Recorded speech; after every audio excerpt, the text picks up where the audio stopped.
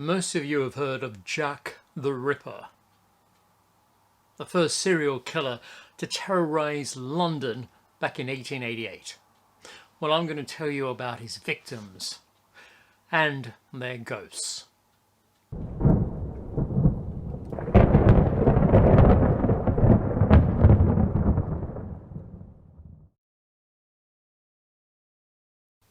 And welcome back to the Brac Shop.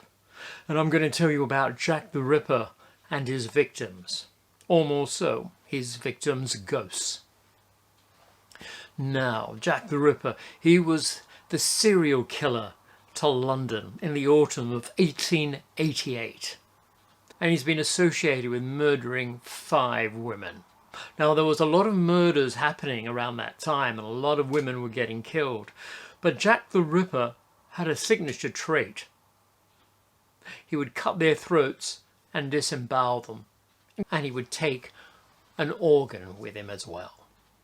Usually the uterus. But with the last one, he actually took the heart. And there were 5 women that were officially recorded as the victims of Jack the Ripper. And their ghosts apparently still haunts their murder sites. Now, if you like this video, do click the like button and don't forget to subscribe and press the bell to be notified of more episodes. Now, the first of Jack the Ripper's victims was Mary Ann Nichols, nicknamed Polly. She was 42. In fact, most of his victims were in their 40s, except for the last one. And she had nowhere to stay for the night, so she had to go out and get some money to pay for a night's lodgings. So she ended up finding herself in Bucks Row, which is now Durward Street. And this is Durward Street today, totally changed from the way it would have looked back in 1888. Further up, you can see to the right the construction of the new London Underground line, the Elizabeth line, the Crossrail. And further up is where Mary Ann Nichols was murdered. Her throat was cut and her body disemboweled. And it was so horrific. Apparently people would see her spirit or her apparition around that area, and it was so strong that even horses and dogs wouldn't go near that area if they could help it. And Jack the Ripper's second victim was Annie Chapman. She was 47 and she was also out looking for money to pay for her lodgings for the night. She'd been drinking at the 10 Bells pub before she left for the night. She obviously found somebody and she went with him into the doorway of 29 Hanbury Street, and that's where she was murdered. Again, her throat was cut and she was disemboweled, and this time her uterus was taken as well. And today, this is Hanbury Street, and this is 29 Hanbury Street. It's, of course, the buildings are all gone, and this is where the brewery used to be. And that's where the road is. Now, across the road is, you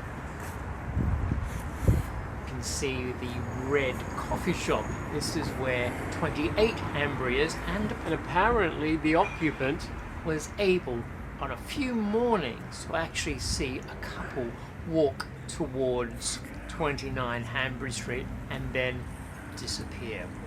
So we actually think this was the ghost of Annie Chapman and Jack the Ripper disappearing into the doorway. And there's been stories of the apparition of Annie Chapman appearing in the boardroom of Truman Breweries. Now, those houses were later pulled down and the Truman Brewery was built there. And there's stories that the apparition of Annie Chapman would appear in the boardroom at 6 o'clock in the morning on the anniversary of her death. And later there'd be sightings of an apparition in the storerooms, which was actually built where the murder took place. So that was Annie Chapman, the second victim. And this time, Elizabeth Stride, who was actually Swedish and emigrated to England in her youth, was seen leaving the Bricklayer's Arms pub with somebody. So this is Berner Street. Today it's now Henrik Street, and again you would have had rows of houses up and down this whole street here. And just to our left, that's where Duckfield's Yard used to be, where Elizabeth Stride was murdered, the third victim of Jack the Ripper. Again, her throat was cut, but he couldn't go any further because they say he was disturbed by someone coming into the yard and finding Elizabeth Stride.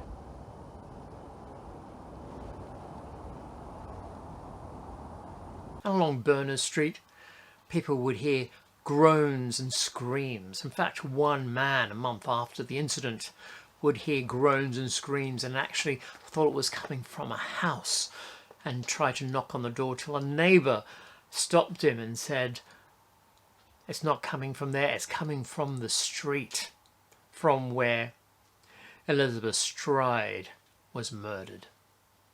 So it was quite a regular occurrence of these screamings and groans happening around that area for a while.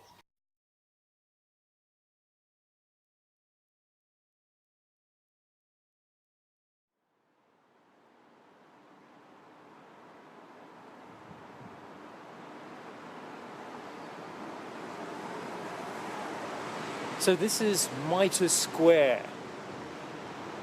It's changed a lot since 1888, but this is where Catherine Eddowes was murdered by Jack the Ripper. Her throat was cut and her body disembowelled, and it was right here. And her apron was found in Galston Street, just further back to Bric Lane. Quite a change. And there's even a plaque to remember Catherine Eddowes.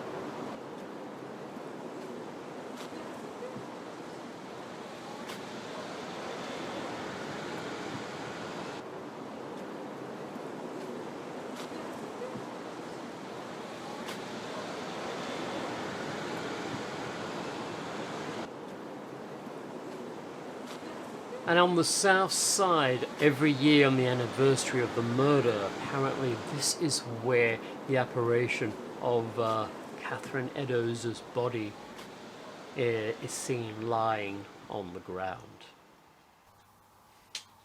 And this is Galston Street, and this is where Catherine Eddowes' apron was found at 108 to 119 Galston Street.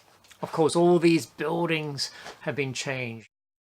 So it looked very much like Jack the Ripper had done his deed and heading east.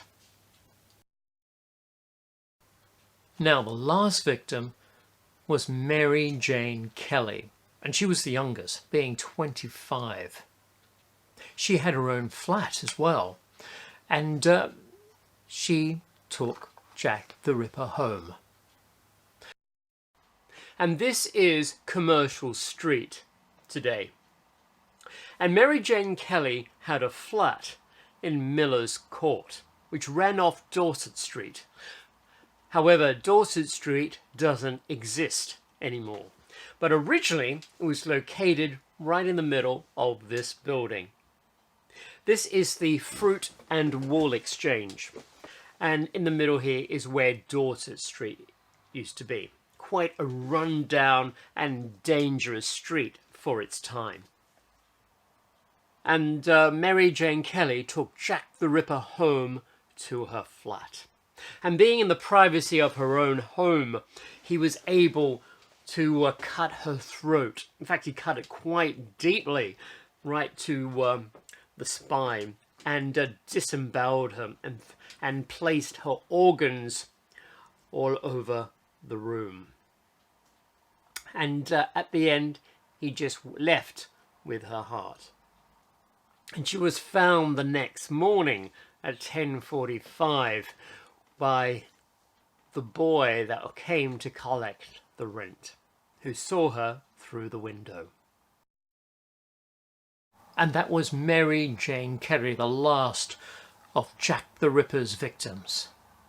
And after the incident, apparently people had seen her walking around Spitalfields markets, and they thought it was her. But it was obviously an apparition. Maybe she hadn't realised she had been murdered and her spirit was still walking the streets there. And in a flat, when other people eventually moved in, they say there was always a red handprint on the wall which they could never remove. No matter how many times they painted it or did things to it, it always seemed to reappear, a red handprint on the wall. So these ghosts of Jack the Ripper's victims still reappear, and a lot of them reappear on the anniversary. So why is that? Was it such a big emotional distress that their emotions were imprinted in their surroundings, and it is replayed at certain times? How do you explain it? And as I've always said, I think quantum physics will have the answers when they discover it all. So, if you've liked this video, click the like button.